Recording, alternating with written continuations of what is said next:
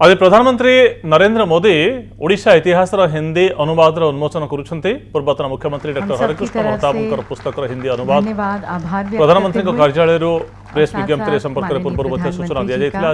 दिल्ली जनपथ Ambedkar international centre रे Harikrishna Mahtab foundation द्वारा कार्यक्रम आयोजन करा जाउछि। ए पुस्तक को हिंदी रे अनुवाद करुछंती बीजेपी कॉलेज रो अवसरप्राप्त हिंदी अध्यापक डॉ शंकर लाल पुरोहित।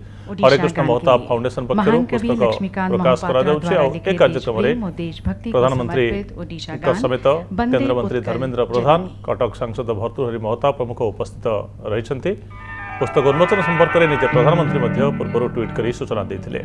वंदे उत्कल जननी वंदे उत्कल जननी वंदे उत्कल जननी वंदे उत्कल जननी वंदे उत्कल जननी चारु भाषमयी चारु भाषमयी चारु भाषमयी चारु भाषमयी जननी जननी जननी वंदे उत्कल जननी वंदे उत्कल जननी वंदे उत्कल जननी वंदे उत्कल जननी।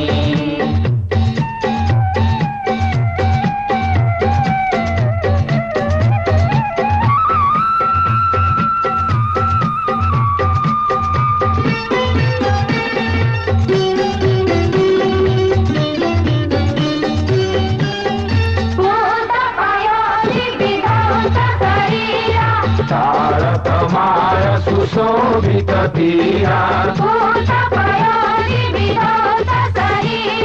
तारतमाल सुशोभित तीरा शुभ्रत टिनिकुल शिखर समीरा जननी जननी जननी शुभ्रत टिनिकुल शिखर समीरा जननी जननी जननी वंदे उत्कल जननी वंदे उत्कल जननी वंदे उत्कल जननी वंदे उत्कल जननी। जय ओडिशा। दिव्य सज्जनों, आज श्री भर्तृहरि महताब जी के लिए बहुत ही खुशी का मौका है, क्योंकि ये उन्हीं की मंशा थी, उन्हीं की इच्छा थी कि ओडिशा इतिहास का हिंदी में अनुवाद किया जाए। तो आज के इस खुशी के मौके पर सभी का स्वागत करने के लिए मैं उन्हें आमंत्रित करती हूँ उनके स्वागत संदेश के लिए। उत्कल केसरी डॉ हरिकृष्ण महताबंकर पुस्तक ओडिशा इतिहास तार हिंदी अनुवाद करा जाइछि और ताको लोकार्पण करुछंती, उन्मोचन करुछंती प्रधानमंत्री नरेंद्र मोदी। हमारे प्रधानमंत्री जी, यशस्वी प्रधानमंत्री जी को उन्होंने यहाँ पधारे और अपने करकमलों से वो आज ओडिशा इतिहास का हिंदी संस्करण लोकार्पण करने जा रहे हैं। असल में एक मन में था, पर इसको और आगे बढ़ाया जो हमारे मंच पर विराजमान हैं धर्मेंद्र प्रधान जी ने। करीब 1.5 साल या 2 साल पहले ऐसे ही बात करते करते सेंट्रल हॉल में उन्होंने कहा कि मैं जहाँ भी जाता हूँ हिंदी भाषी इलाकों में ओडिशा का वीर गाथा, ओडिशा का त्याग और तपस्या का जो इतिहास है ज़्यादातर लोग जानते नहीं हैं। हम तो बस ओडिशा में ही इसके बारे में चर्चा करते हैं, और जो अध्यापक हैं विभिन्न यूनिवर्सिटी में वो शायद जानते होंगे, पर ज़्यादातर लोग उड़ीसा के पूर्णांग इतिहास के बारे में जानकारी नहीं है। तो ऐसा क्यों नहीं हम करते कि पिताजी के जो उड़ीसा इतिहास का किताब उड़िया में छपी है और अंग्रेजी में छपी है उसका हिंदी अनुवाद करें। है, पर हिंदी में अनुवाद करेगा कौन? और ये कोरोना काल में डॉक्टर शंकरलाल पुरोहित यहाँ विराजमान हैं। अपने बेटे के पास वो हैदराबाद में ठहरे थे। बस ऐसे ही बात करते करते उन्होंने कहा, मैंने कहा, अनुरोध किया कि ऐसा एक प्रोग्राम है, आप करवा सकते हैं।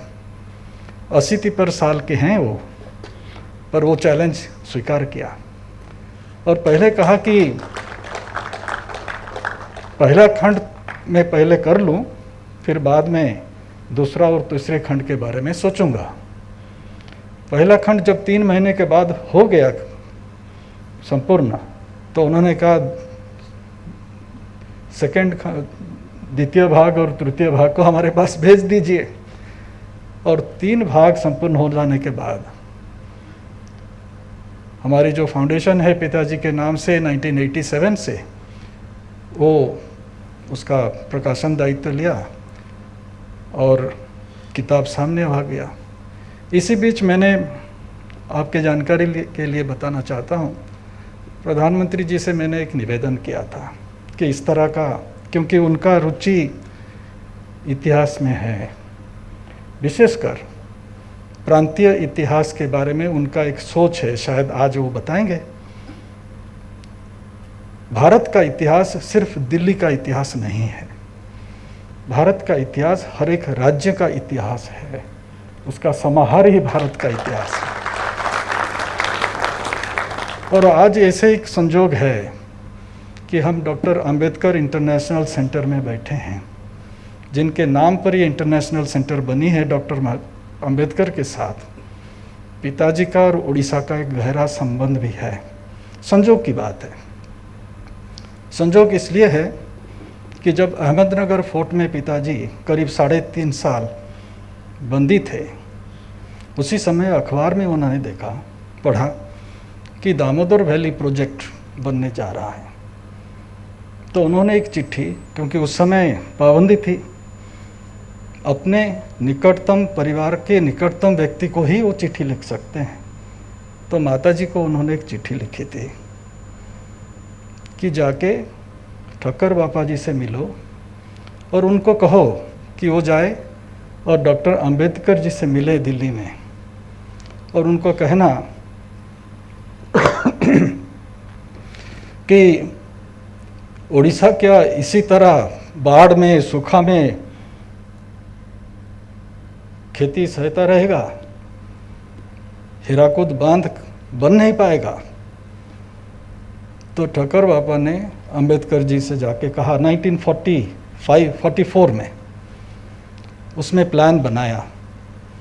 उस हिसाब से आज भी इस सभागृह में कई वरिष्ठ प्रशासक भी हैं, उनको मालूम है। तो उस समय जो गवर्नर थे, बिफोर इंडिपेंडेंस पहले एक शिलान्यास हुआ था, बाद में जवाहरलाल नेहरू 1948 में हीराकुद बांध का शिलान्यास किया।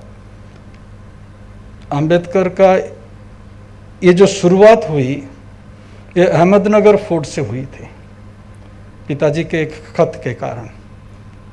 और वहीं अहमदनगर फोर्ट में पिताजी ने उड़ीसा का इतिहास लिखा था। उन्होंने खुद अपने फॉरवर्ड में लिखे हैं कि करीब 2 साल तक मुझे करीब 10 से 12 घंटा परिश्रम करना पड़ा ये किताब लिखने के लिए।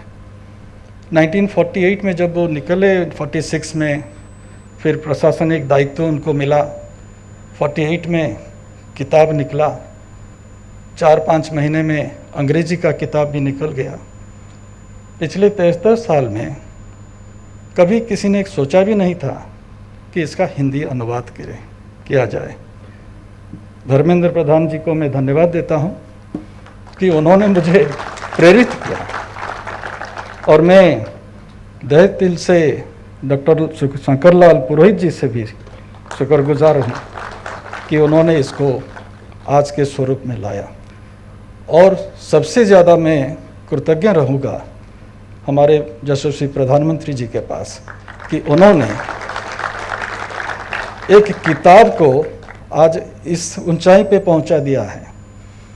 उस ऊंचाई हर एक भारतीय के मन में आएगा, हर एक उड़िया के मन में भी आएगा कि हम इस देश का एक अंश है। 130 करोड़ की आबादी वाले इस देश में उड़िया लोग 4.5 करोड़ होंगे, पर हमारे ये 4.5 करोड़ जो जनता है वो इस देश का एक भाग है और हमारा एक इतिहास 2000 साल पुराना है।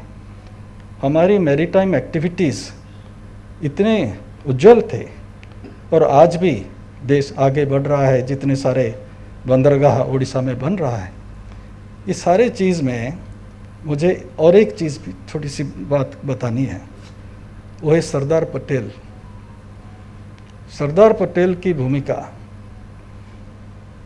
इंटीग्रेशन ऑफ स्टेट्स में जो आज शायद खूब कम लोग चर्चा करते हैं, इस देश को बनाने में, आज का स्वाधीनोत्तर भारतवर्ष को बनाने में, इंडिपेंडेंट इंडिया की टेरिटोरियल इंटीग्रिटी को बनाने में मानसिक स्तर पर हम एकात्म हुए, इस बारे में अगर किसी को ज़्यादा, सबसे ज़्यादा महत्व देनी है वो है सरदार पटेल।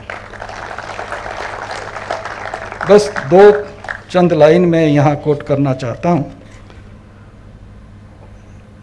उन्होंने एक फॉरवर्ड में, पिताजी का एक किताब में, बिगिनिंग ऑफ द एंड में लिखे हैं, Centuries ago, it was the proud privilege of Kalinga to arouse awakening in a great monarch who became in the course of time not only a great and wise sovereign and suzerain, but also a great guide, friend and philosopher of his people. Few had dreamt and none had ever imagined that it would be from the same land that will start